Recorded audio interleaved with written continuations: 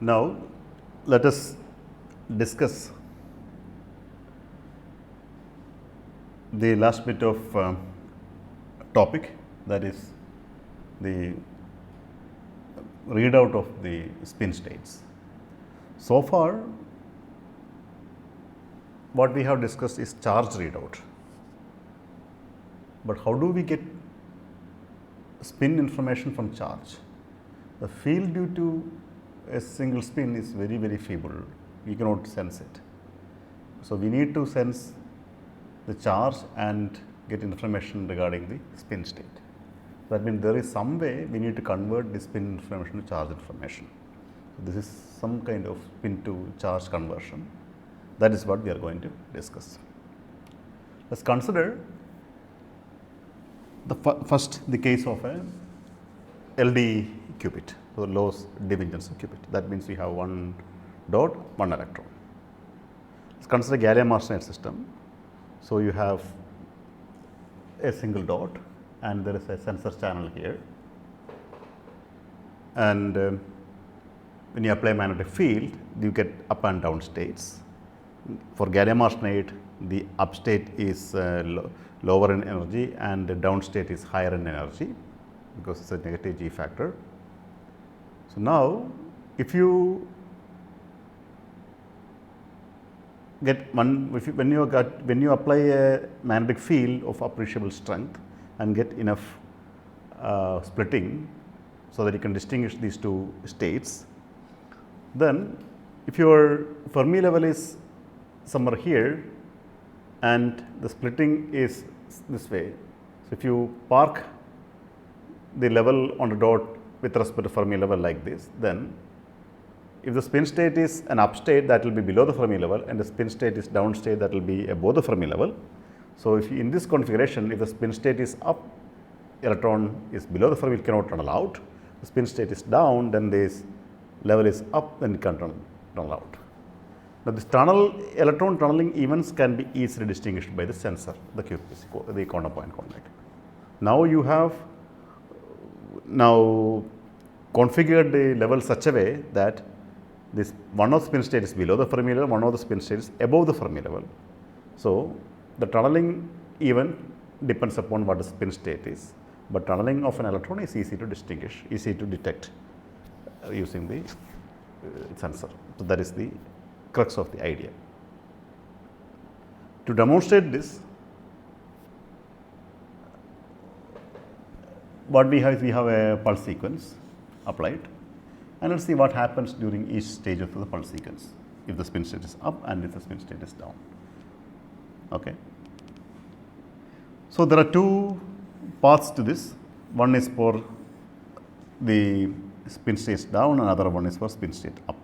Okay. Two conditions are there. So, first of all, you empty the dot, that means you push the pulse so high, the pulse so low that level goes so high that both states are above the Fermi level, so it is completely empty. Now, what you do is you have a loading cycle, loading and wait. Okay? That means you push it down, you make the pulse positive or push the level down, deep down, so that you get a chance to load either one of the states. Remember, only one state can be loaded because a single electron loading, only one electron can tunnel at a time. Okay. If it is the down state, then during the readout time, when you put the level in this configuration, then electron can tunnel out, then the tunneling out even will be detected by the charge sensor. But now, this state is still available. Once it tunnels out, then another electron can tunnel in. So, if the loaded spin was spin down, then you will measure two events during the readout state. There is a tunnel out event, that means current will go up. Then after some time, the tunnel in event, that is current will come down. So, you will get a blip corresponding to both sides, and that is this. And finally, you will, so in this state also you will get an electron in the dot, and when you push both levels up, you will this electron will tunnel out, that will be another rise in the current. So, this rise in the current. So, during the empty state only you will get a rise if the spin state is or if the spin state is down. So, you get, I mean, this is true even the spin state is up, because eventually this state you get a blip only if the spin state is down, if the spin state is up. If the spin state is down throughout and you did not give any time to load, then this also will not get any signal here, because load is already empty. So, as I told in the previous case of loading and unloading experiment, you get a response to the gate pulse, and you also get response to electron tunneling even, both. So, you need to decode that information out. So, this thing what you see is the response to the pulse, this pulse. Now, this coming down is because the current is reducing because the electron has tunnel in, that is this event, either one, this or this, does not matter, it could be spin down or spin up. Okay.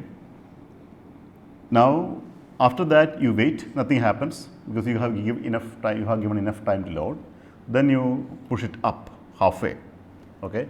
It is not going fully, not this is full empty level, halfway through. Then you have this situation. Then if the spin state was down, then it will tunnel out and another one will tunnel in. That means you will get tunnel out high and tunnel in low. You get this blip, the spin state was down. This is for this, spin state is down. Now, again here you have tunnel out, tunnel in, you still have the electron here and then now the spin up state.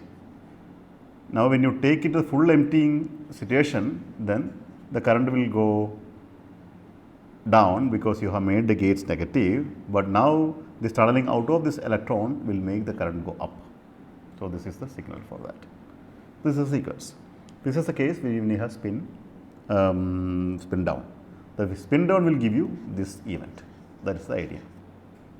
But if you look at this, if you trace through spin up sequence, say you have equal probability or you have some substantial probability to load the spin down or spin up state here instead of this one, then during this readout state nothing will happen because this spin up state is below the Fermi level. Now you don't see any even here. This is spin up. Now that is this state. Now when you push it completely out, you will get this rise. So the presence of this small structure here is telling you whether you have spin up or spin down, but you are measuring only the charge of the dot or charge transitions or tunneling events, but you get a spin information. So this is a spin to charge conversion.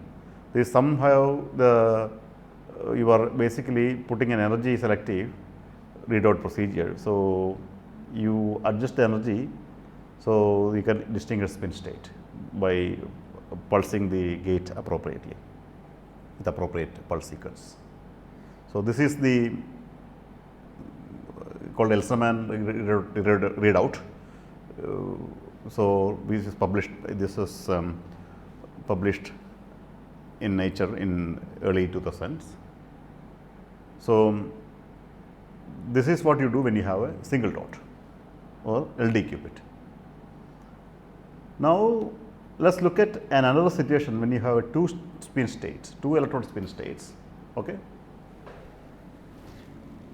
So then you have an interesting situation that we are referring to this state here. This is your singlet triplet qubit state. Now you want to distinguish whether this is a single state or a triplet state. You want to read out. Okay. How do you do that?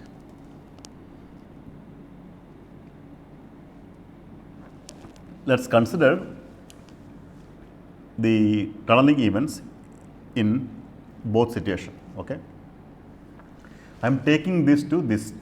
What I am doing now is I am going to take this 11202 configuration. That means I am applying a pulse of appropriate amplitude to push the dots voltages to gate voltage to this configuration. When I do that, what I am trying to do is I am trying to push this electron into the electron from the left dot to the right dot. But that tunneling is possible. Two electrons can sit on the right dot if it is a single state. If it is a triple state, remember this is done at a low bias. So, remember for a single electron, this 0 state is a single dot state. That means you have both electrons in the same dot. Here you have one electron in each dot. So, here the singleton triplet states energies are very close by, but here the singleton triplet states energies are very far. So, if the bias is small, if I suddenly change this configuration to this configuration, this electron can tunnel onto this dot only if it is a single state, or up down it's in a single state. Okay.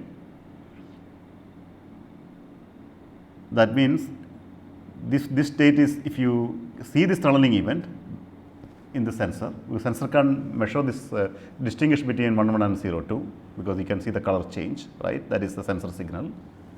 That means you have a single state.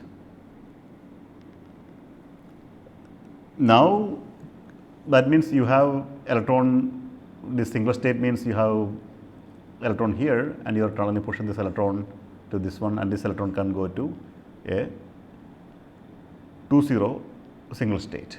Okay, that means electron can go through and also get into the drain. Remember, this drawing is opposite to this direction, but the picture is same and the concept is same. Now, if it is a triplet state, what happens is both are same spin state. When you tilt it this way, this electron cannot go to the same orbit, it needs to go to higher orbital, but that state is not available energetically. That means this electron cannot tunnel onto the other 0-2 immediately. Okay. Of course, you can tunnel after some time once the spin will decohere, and that spin can go, make a single triplet relaxation can happen. Then this can tunnel into, if you wait long enough. But we are talking about a quick transition from the 1-1 state to the 0-2 state. There, if you don't measure at low bias, okay, if you don't measure a charge tunneling signal from this, that means it is a triplet state. So, again, what we are doing here, we are distinguishing the single state and triplet state by looking at the charge transitions here. But you have put in such a way that it is a spin to charge conversion protocol. Okay. That means the spin state is singlet, then it can go to a 0-2 singlet. The spin state is triplet, it can only go to triplet state, but triplet state is not energetically available. So, that transition is forbidden. So, you will not measure a signal which will tell you the electron tunneling event has happened. So, the spin blockade is actually a demonstration or a manifestation of forbidden tunneling due to Pauli exclusion principle. So, this is also called Pauli spin blockade or simply spin blockade. Okay. So, if you try to measure transport rather than the charge sensing, what is going to happen is single state, this can easily go through this one. If it is a triplet state, it is a spin up state, then this triplet state is high up here, that is not accessible energetically. So, this will get blocked in this configuration. This spin will go, this electron will tunnel here, and once the level is slightly down, then it cannot tunnel back because this is below the Fermi level. So, no current will happen. So, this transport is blocked here, or the transfer is blocked in this case, but here transport can happen, the transfer can happen if it is a single state. So, that is the physics of spin blockade, and this is the protocol for distinguishing a 1-1 single state opposed to 1-1 triplet state. All right. Now, let us conclude this set of lectures by mentioning one important aspect, or one important point. Now, there are a lot of search towards the quantum dots in silicon, but a lot of important achievements and inventions have happened in using quantum dots in gallium arsenide. Gallium arsenide is a fantastic system, very clean material system, very easy to work with. But there is one problem which is really serious, that is the spin coherence times or decoherence rate. If you look at gallium arsenide, it's a 3-5 system. So, gallium is here and arsenide here, and if you look at the details, either group 3 or group 5, none of them are nuclear spin free. This is the atomic number, but none of them nuclear spin free. What that means is you always have a slowly, because these nucleons are very much bulkier, right?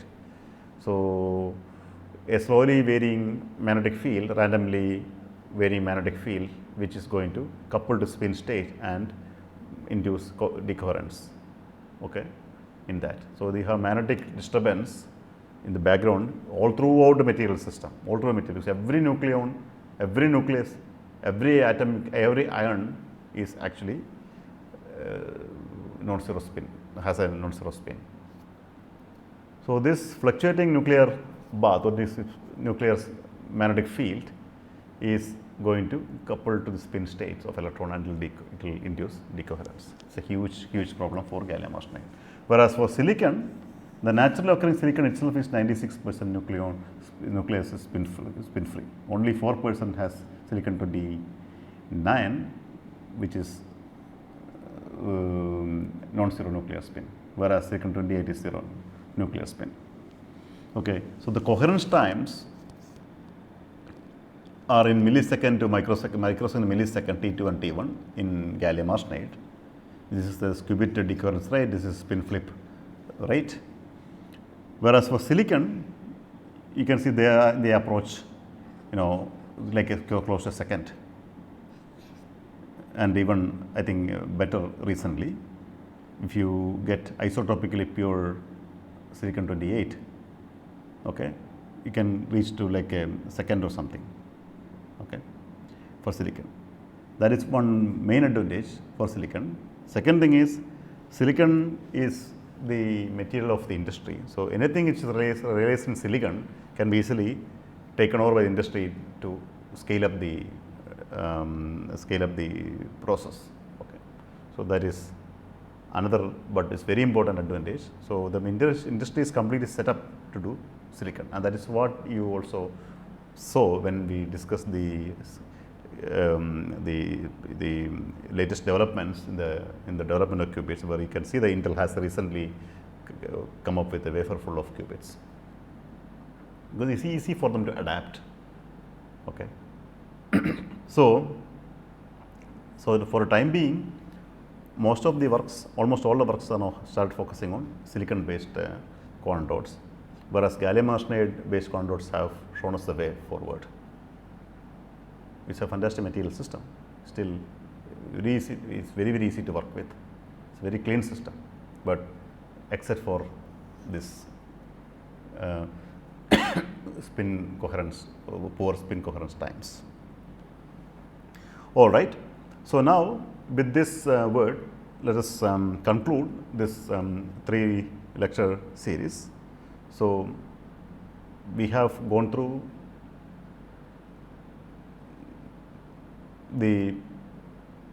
how the quantum dots are formed, how they are used to trap electrons, isolate electrons, how these electrons are used to store information, and how can you read out this state, how can you manipulate state, how can you scale it up. So you can see that this system ticks all the dimensions of criteria so far, but there are lots and lots of developments or works need to be done to scale this this architecture to the wafer full of qubits. And currently the work is focusing more on how we can actually transfer this information from one place to other place. How can you make distant qubit interact through coupling them to electromagnetic degrees of freedom? That is the current state of the art. And also few qubits gates have already started, already realized in the system. So work is going in real high pace. And let me conclude by saying that this is one of the leading candidates along with others, the major solid state system, which is actually slightly or far ahead, that is a superconducting qubit system. Thank you.